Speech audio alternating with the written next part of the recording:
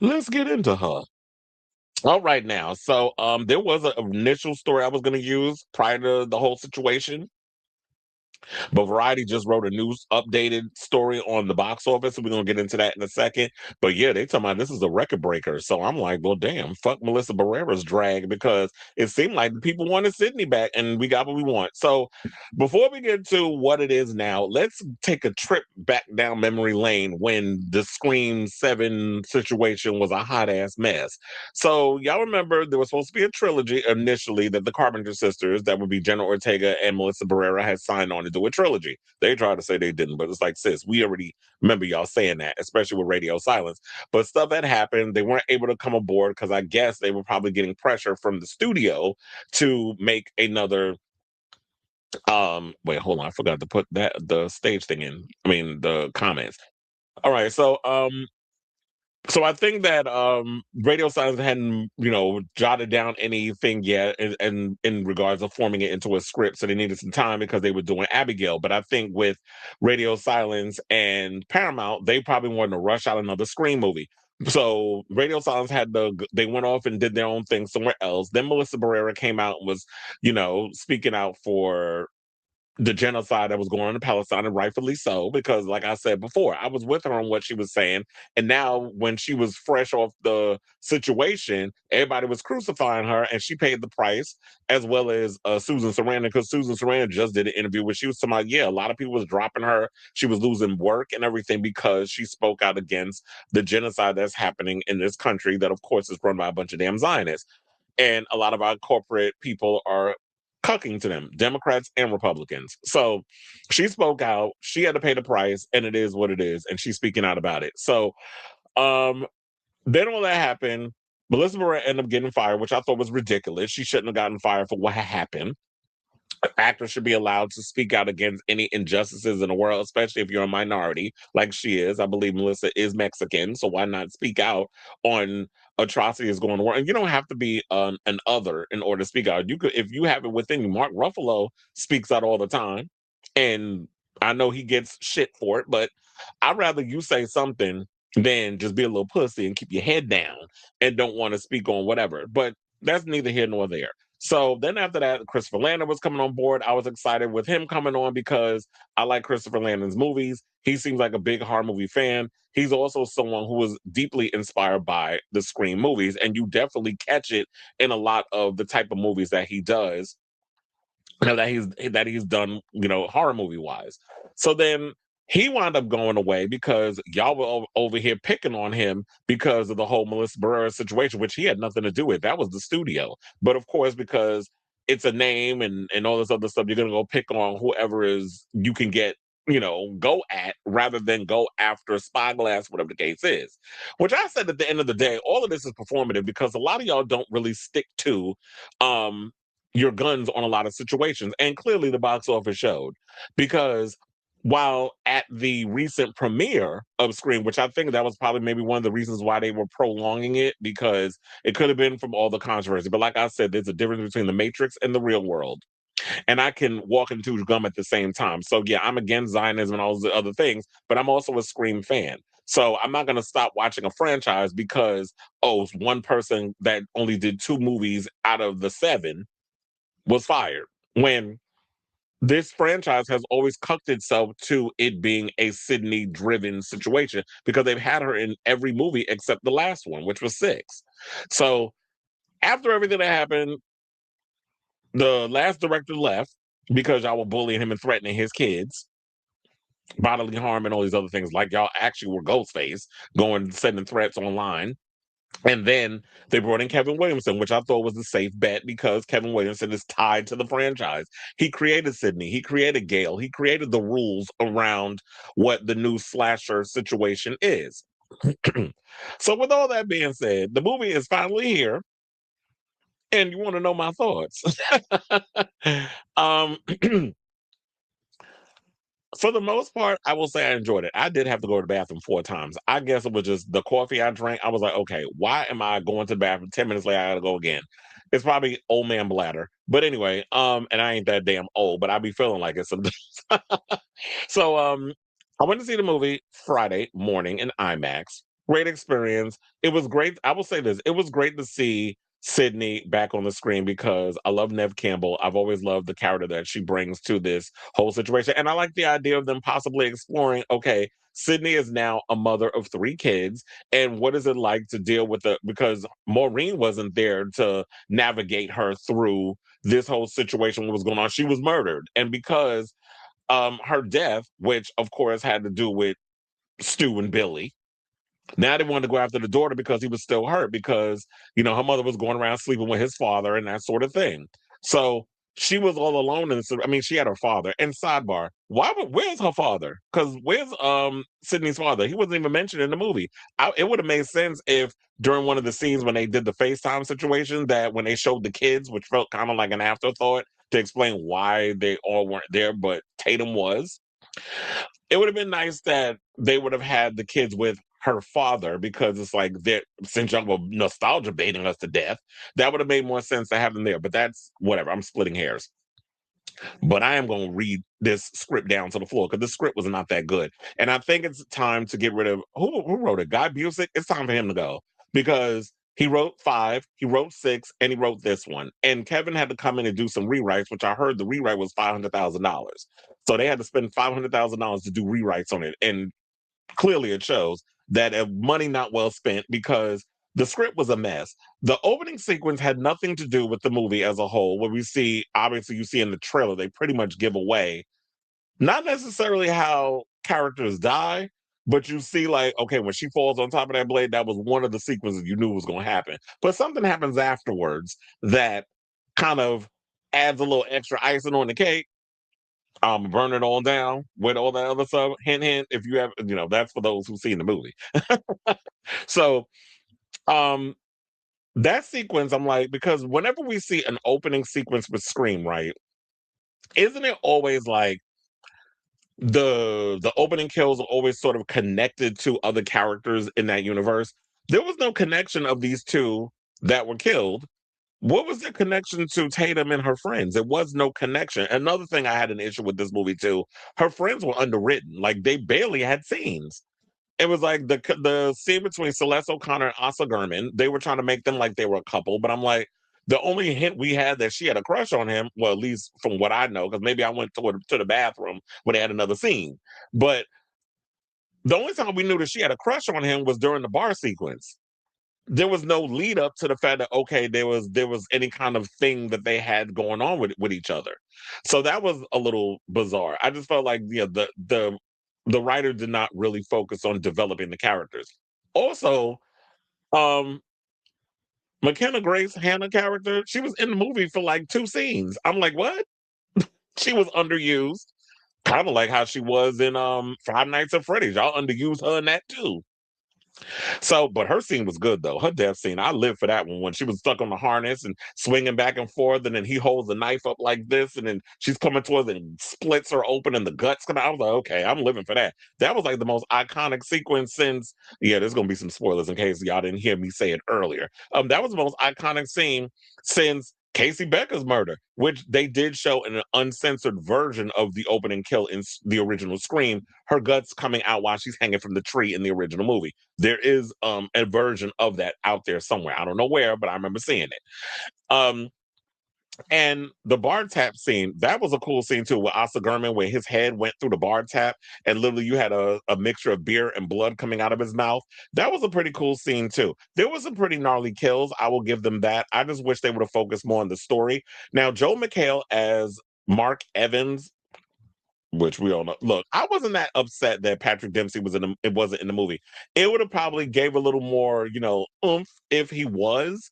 But um I didn't mind Joe McHale. I know some people can't really see past him being a comedian or whatever the case is, but he was fine. He came off with like your average police officer, even though he is like the sheriff or police chief, whatever you want to call it. So he gave a little, he gave what he gave with the script. I will also say the sequence with him and Ghostface in the garage with the tarp, I actually like that. And there was a couple of shots that I love too that played homage to Halloween. Like if you notice, there was 2 sequences. The opening sequence with I don't remember the girl's name, the blonde hair girl, where you kind of see Ghostface's the lighting of his mask in the dark. That's very Michael Myers in Halloween, and also the sequence with Ghostface when the lighting comes in and Mark is bending. Well, yeah, Mark, that was his name. He bends down to pick up the tools because the tools was knocked over, and that got him to go into the garage. When he goes to pick the tools up, and you actually see Ghostface's silhouette in the background with the tarp, I was like, that was another nod to Halloween. So I liked a lot of the nods and to previous horror films and the callbacks to um I like the callbacks to the original Scream films, like a lot of the wardrobe. The third act sequence with what Sydney was wearing was Scream 3, the very same colors. The jacket that Tatum wears and triggers Sydney was the jacket she wore in Scream 2. So I liked a lot of the callbacks to a lot of the also the music. Shout out to Marco Beltrami because I thought it was great to bring him back. There was a lot of callbacks to the original music from the original movie, especially like the end sequence that was like the same music they used after Stu and um Billy were killed. So it was a lot of callbacks to a lot of the original movies. Even the sequence where you see Tatum laying on the bed and she's in her phone, very much a callback to Sydney after Casey Becker is killed and Stephen Orff.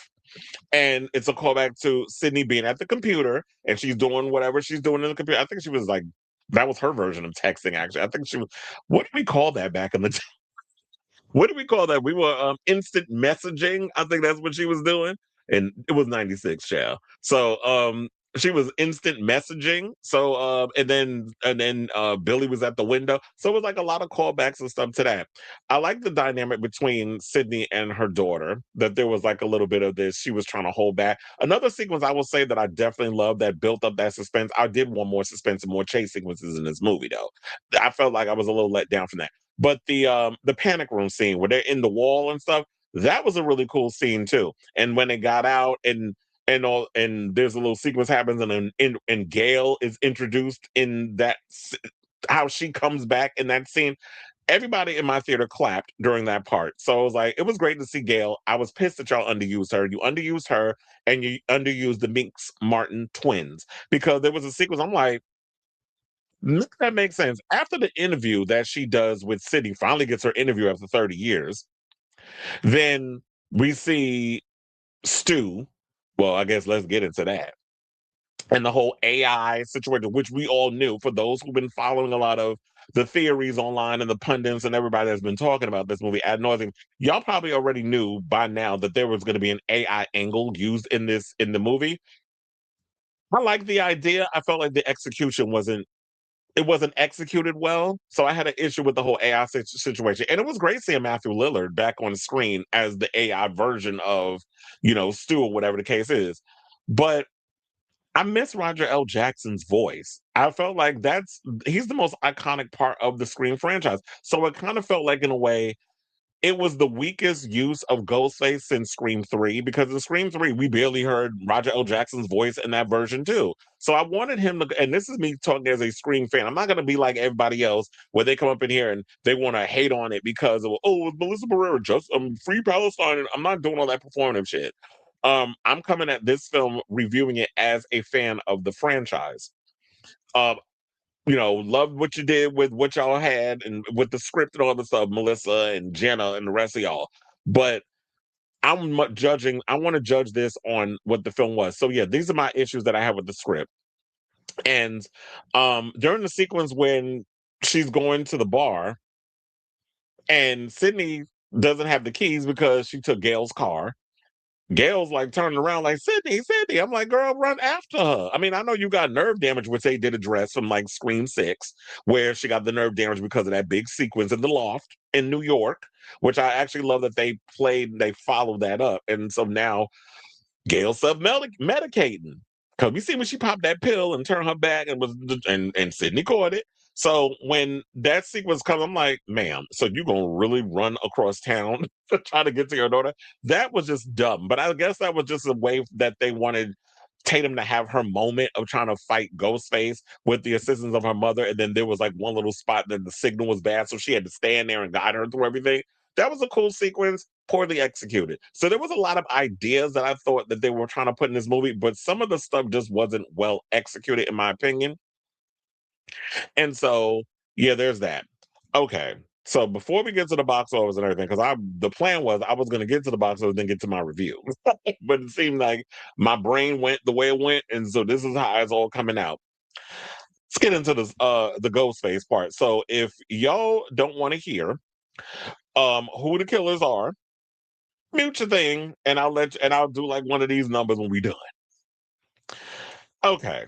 This has by far got to be the worst Ghostface reveal since Scream 6. I fucking hated the Scream 6 reveal. That was so stupid. First of all, I told y'all before, I figured out who the killers were in Scream 6 during the sequence when, remember when they were in the police, what was it, the precinct or whatever the case was, and Kirby was there and they were trying to throw it off. I'm like, it's not Kirby. Y'all playing in my face. I'm not dumb. The writing in here is terrible. So you're not gonna, make me believe that it's Kirby because y'all trying to go in that direction and it's gonna piss the fans off. And I didn't believe it because you weren't convincing with the writing.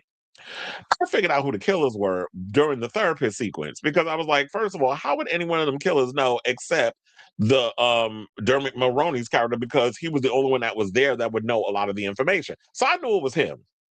And I knew it was his son. I just didn't think it was going to be the daughter. She was the one that threw me off because y'all faked her death. But then again, thinking about it, I was like, she got killed off camera. So um that should have been the giveaway.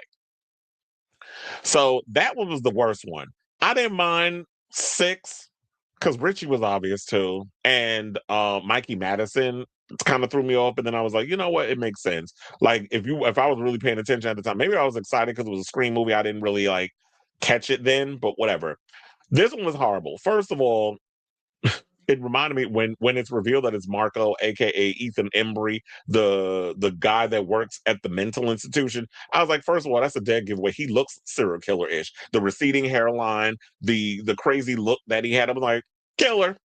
Also, the fact that we didn't have Anna Camp throughout the whole movie, I was like, she's the killer. But I thought what they were going to do was they were going to go with the whole Stu Mocker, Leslie Mocker sister, crazy sister in the mental institution angle. I thought that was the direction they were going to go with this movie. They didn't go there. Also, what I think would have probably served this movie, and then in the middle where they had like that, I forget the other guy's name, the one that the other, because it was 3 killers in this movie. The other killer who was killed off halfway through the movie because Gail ran his ass over with her car, and they let's unmask this fucker and took the mask off. Like, who is that? And that's kind of like what we felt about all the characters. Anakin was underwritten. She had a couple of scenes where she showed up at the coffee shop. Then she shows up after, they try to kill Ghost. I mean, that Ghostface trying to kill him up in their house. So she shows up with her son, and oh, I'm the neighbor. Blah blah blah. I'm like, really? It just wasn't convincing. And this is the way that her performance was. I caught on and was like, and then you were barely in the film. So that was kind of like you picked somebody that we barely saw. And they said there's always somebody that you know that you're connected to. It's funny as like Kevin Williamson set the rules and God Busey forgot to add the rules into the movie. I also feel like at this point it may be time for Scream to establish a recurring Ghostface, meaning that Ghostface needs to not die at the end of every movie. We probably had like 15 Ghostface throughout all this entire franchise. I think we need to bring in a recurring Ghostface or yeah, and so it's like you have a couple of them, maybe 2 or 3 if y'all want to do that again. 2 of the killers get killed, one of them gets away and goes off into the next one, leave us on a cliffhanger so we can't wait to come back for the next one. I think that's what they probably need to do. Or I thought would have been a great idea if you're going to do the angle regarding um if you're gonna do damn, I lost my train of thought. If you're gonna do the whole situation regarding the like the AI thing, I think it would have been a better idea if they would have did the whole cult of Ghostface angle that they were gonna use in Scream 3. Then I forgot what happened. Was it Columbine or something or another that happened around that time? That's why I had to scrap it and go with the whole movie Harvey Weinstein meta shit. I think that's why they had to go with that. So I thought like they should have did the whole cult of Ghostface, had a bunch of them coming after Sydney and her daughter. And One of the they could have just been like a cult of stew, mocker fanatics, which kind of plays into the meta conversation regarding a lot of the stew mocker conspiracy theorists on social media that want him to be alive so bad. So one person could have been like, I want Stu to be alive so bad, I'm gonna replicate a lot of what he does, and I'm gonna find a way to keep his spirit alive. I'm gonna use AI, whatever the case is, recruit some people, maybe in a Reddit thread or whatever the case is, get a bunch of them up in there. You can come up with something creative and have that look. And I'm giving you this shit for free.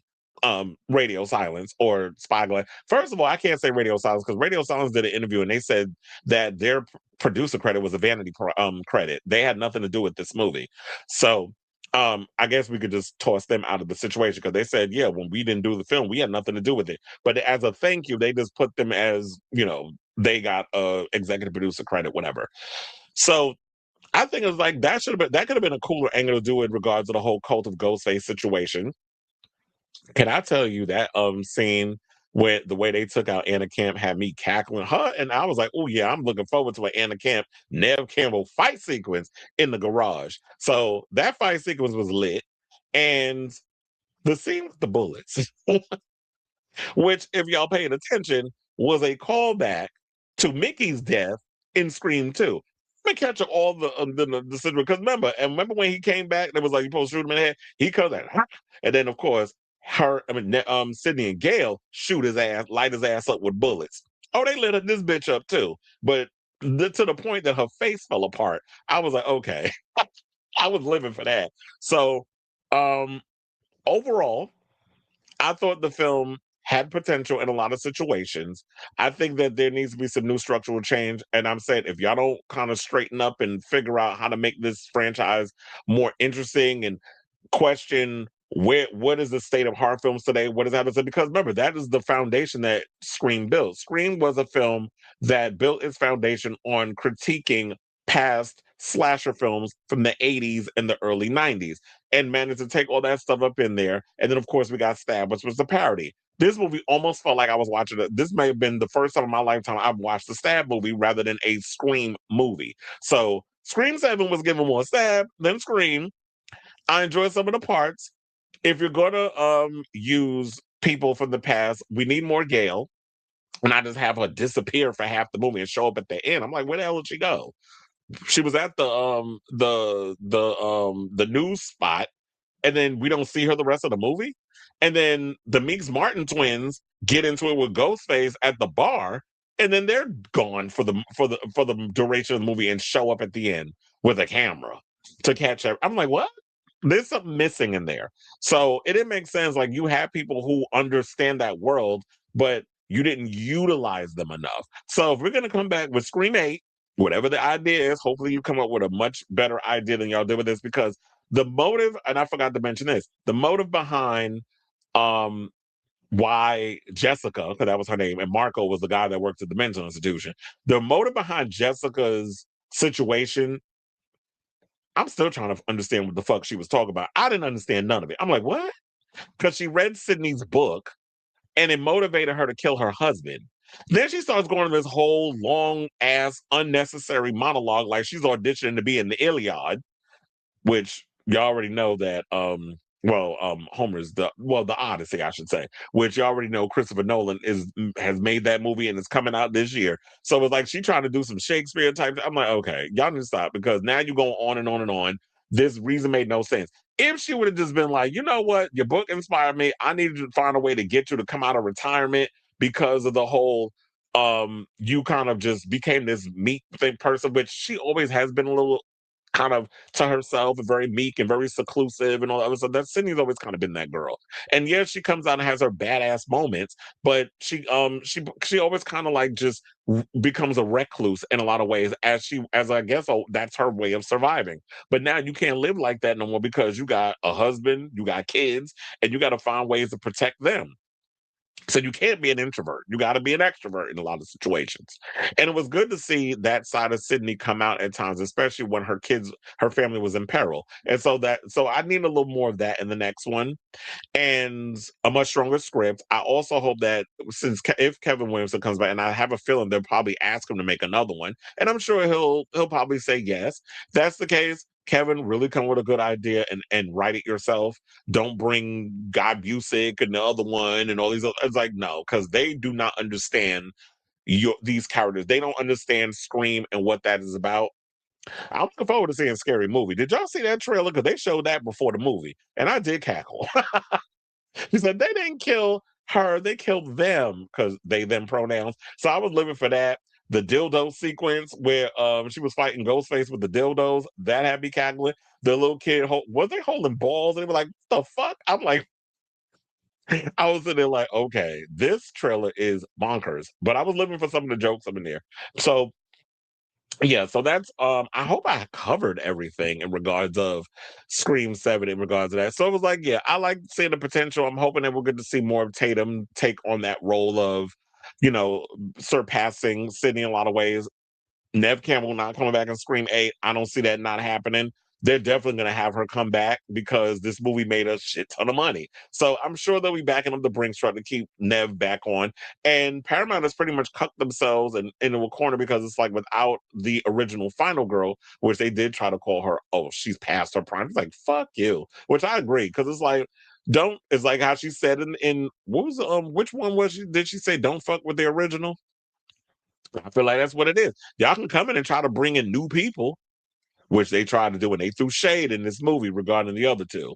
But um, you can't fuck with an original character. That's why they keep bringing Jamie Lee Damn Curtis back in a different, you know, Halloween timeline. All right, so now that we got that out of the way, let me know what you guys thought of the film. If you've seen it, what are your overall thoughts, that sort of thing. But before we get up out of here, I do want to get into what the box office was. So, Variety just put this one out, and I did see Anna Camp put out a post, and that was shady. She said, "What she say? Hold on, because Robert sent it to me. Well, she shared it. She didn't actually post it. I mean, she didn't actually put it up herself, but she said the boycott didn't work, the critics' hate didn't work, the pathetic leaks didn't work. What worked was audiences coming out and making the film a success. And at the end of the day, it's up to what the if the fans like it or not.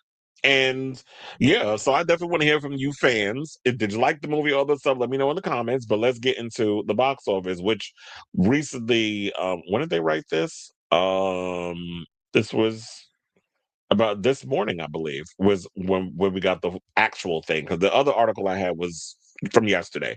So Scream 7 so far has made a killing in its first weekend at the box office, generating 97.2 million in worldwide ticket sales. The latest installment in Paramount Spyglass's media long-running slasher series has collected 33.1 million overseas and 64.1 million domestically. Those returns mark a global, international, and North American record for the franchise, which began with 1996's Scream. Kevin Williamson, who wrote the original film, directed the seventh installment, which follows a new Ghostface killer who targets the daughter of Nev's resilient heroine, Sydney Prescott. Well, I meant Nev Campbell. But y'all know who Nev is. Campbell returned to the franchise after sitting out for a sixth entry over a salary dispute. And sidebar, word on the street was she was paid $7 million to do this movie, and Courtney Cox was given. I think Courtney made $2 million, but Nev made $7 million from for coming back. So they said box office watchers believe that nostalgia for her character's comeback, as well as other legacy cast members, including Courtney Cox, David Arquette, and Matthew Lillard, were a factor in the record opening weekend turnout. Sidebar. Speaking of which, I almost forgot to mention. Let's talk about that montage of killers that they did in the third act, where we got to see David Arquette, Matthew Lillard, and let's also not forget Roman Bridger and Debbie Salt. That was the secret one that they brought out. So Debbie Salt, they had up in there, and I'm just sitting there like the monologue wasn't monologuing with this whole situation where they were showing all the different clips. I was like, no, this is not something they would say and how they would come across. So clear, like I said, Guy Busick has no idea how to.